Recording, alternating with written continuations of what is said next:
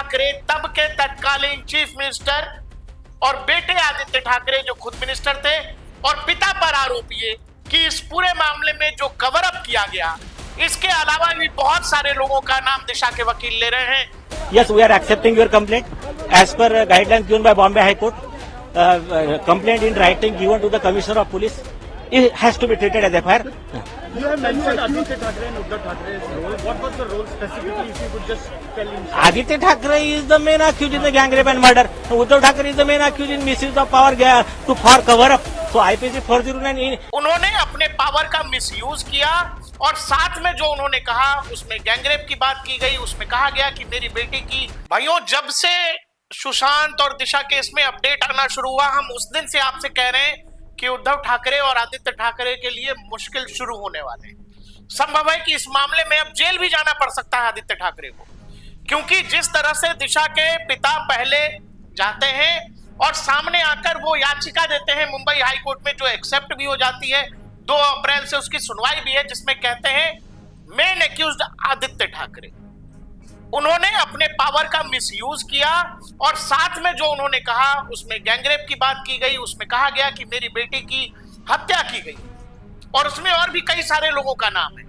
अब इसमें एक नई कहानी यह है कि बकायदा इन्होंने मुंबई पुलिस को कंसल्ट किया है, दिशा के पिता और उनके वकील ने, और एफआईआर दर्ज कराई है। एक बकायदा एफआईआर दर्ज कराई है जिसमें मेन एक्यूज्ड हैं उद्धव ठाकरे तब के तत्कालीन चीफ मिनिस्टर और बेटे आदित्य ठाकरे जो खुद मिनिस्टर थे।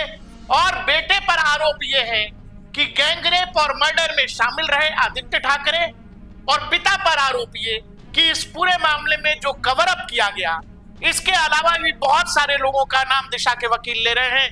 आप आइए उनको सुन लेते हैं। जो एफआईआर का फॉर्मेलिटी होता है वो राइटिंग में कंप्लेंट देने के लिए आए थे।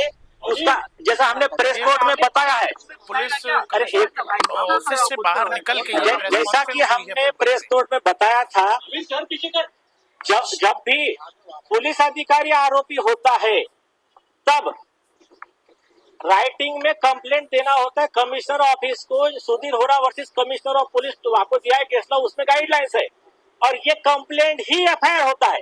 तो हमने वो कंप्लेंट दे दिया है। उन्होंने ऊपर से डिस्कस किया, लक्ष्मी गौतम साहब थे जॉइंट सीपी क्राइम, उन्होंने कमिश्नर साहब से डिस्कस करके कहा कि ओके ले लीजिए, हमको रिसीव दे दिया है। अब एक्शन हमारे तरफ से कंप्लीट हो गया है। आप जिम्मेदारी है ये कंप्लेंट ही एफआईआर है, आरोपी को अरेस्ट करते हैं। ये एफआईआर है सर। सुधीर होरा के केस लॉ के हिसाब से यही एफआईआर। आरोपी आदित्य ठाकरे, दीनू मौर्य, सूरज पंचोली, उनके बॉडीगार्ड परमवीर सिंह, सचिन वाझे, रिया चक्रवर्ती, ये सब लोग इसमें आरोपी है हमारे। परमवीर सिंह तब के मुंबई पुलिस कमिश्नर की बात हो रही है। हाँ, परमवीर सिंह ये कॉन्स्पिरेसी में कवर अप के मेन मास्टरमाइंड में से एक थे। उन्होंने जिस समय ये आदित्य ठाकरे का नाम आया तो कवर अप के लिए उन्होंने प्रेस कॉन्फ्रेंस लिया और ये स्टोरी बताया कि सीसीटीवी हमने चेक कर लिया है, वहां पर आपके पास सबके पास अवेलेबल है उनके प्रेस कॉन्फ्रेंस, उनके लिए वहां पर कोई भी राजनेता आया नहीं था फ्लैट पे। और मोबाइल टावर लोकेशन से लेकर आई विटनेस के टेस्टिमोनी तक ये सब परमवीर सिंह को झूठा साबित करते हैं और बाकी सब चीजें इसमें डिटेल में दी गई है। इसमें एडिशन में एक चीज दी गई है जो पूरे देश के लिए शॉकिंग है। फर्स्ट थिंग,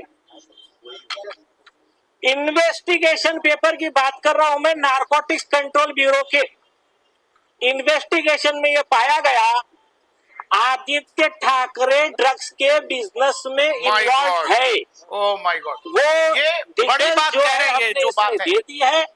आदित्य ठाकरे, दीनू मौर्य, इनके फोन के रिकॉर्डिंग से लेकर समीर खान जो थे, जिनका DAPP नाम का कंपनी है, जिसको ड्रग्स के सिंडिकेट में नारकोटिक्स ब्यूरो ने अक्यूज बनाया कंपनी को, वो कंपनी के ये जो रेगुलर कनेक्ट वाले लोग हैं, चाहे दीनू मौर्य हो, चाहे सूरज पांचोली हो, चाहे आदित्य ठाकरे हो, और कुछ नाम मैं नहीं ले रहा हूं, थोड़ी देर में मैं कुछ फोटो आपको भेजूंगा। दूंगा, फोटोज वो आप देख लीजिए। फोटोज की बात हो रही है। ये एक बहुत बड़ा विषय है। अभी इसका वो जवाब दे, कि सरकार जवाब दे कि जब आदित्य ठाकरे का ड्रग्स के बिजनेस में इन्वॉल्वमेंट आया, तो समीर वानखेड़े साहब हो या नार्कोटिक्स के और अधिकारी हो, उनको आदित्य ठाकरे को अरेस्ट करने से या उस पर कार्रवाई करने से किसने रोका? उसमें क्या डील हुआ था? कितने करोड़ों का डील हुआ था? ये जवाब यहाँ पर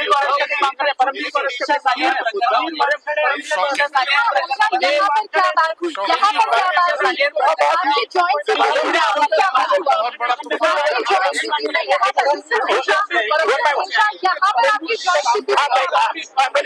यहाँ पर आपकी जॉइंट सिटी से क्या बात?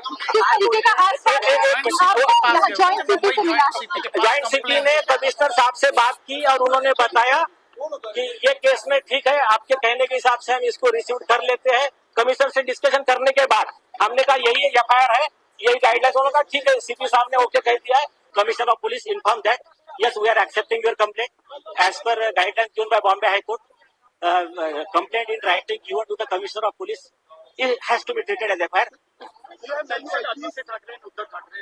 What was the role specifically? You could just tell me. Aditya Thackeray is the main accused in the gang rape and murder. Uddhav Thackeray is the main accused in misuse of power to cover up. So IPC in investigation it may reveal that he was also part of the conspiracy of the other person. Yes. Aditya Thackeray is found in the drugs cartel, and there are official records of that Narcotics Control Bureau, and we are mentioned in this complaint. And we are today we are going to release some pictures in support of this. Yes, he was there.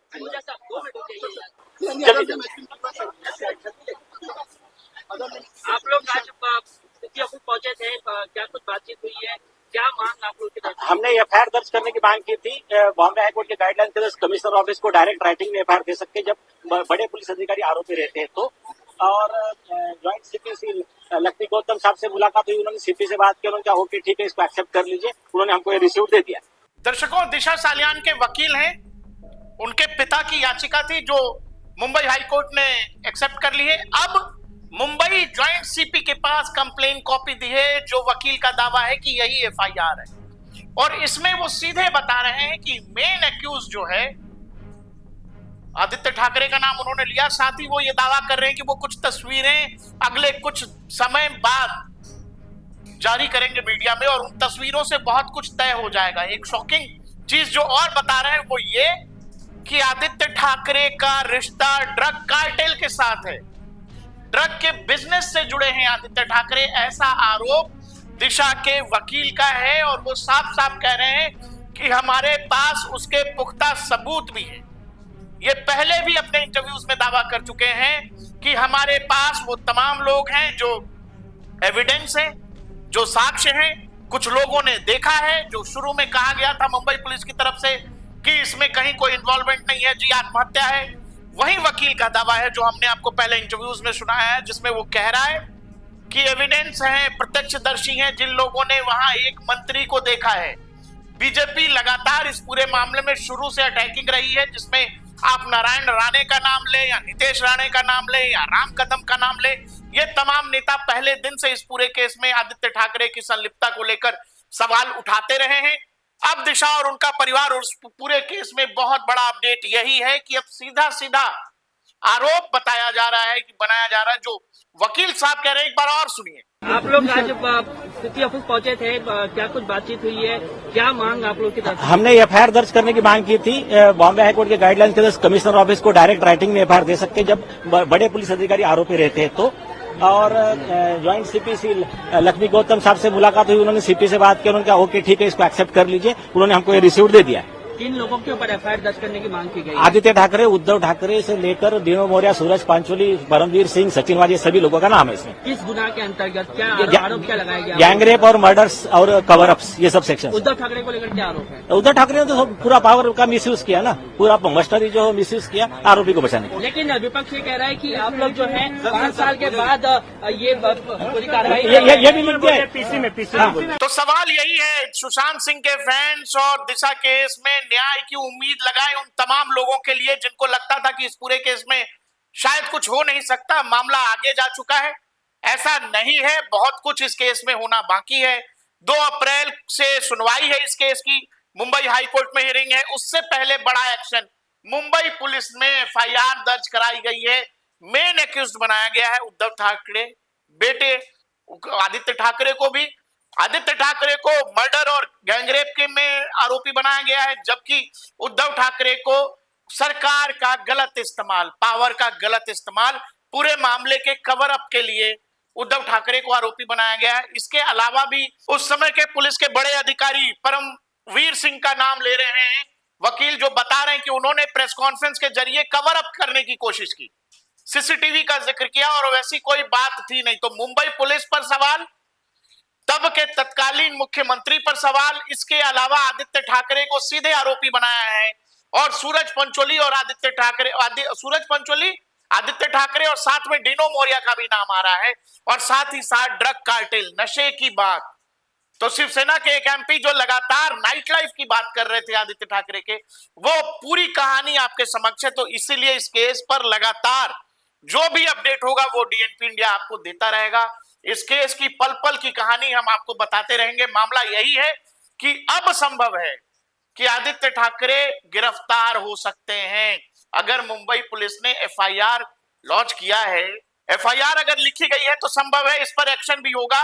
तो महाराष्ट्र की राजनीति में पल पल दिशा सालियान का case तूफान की तरह बढ़ता जा रहा है।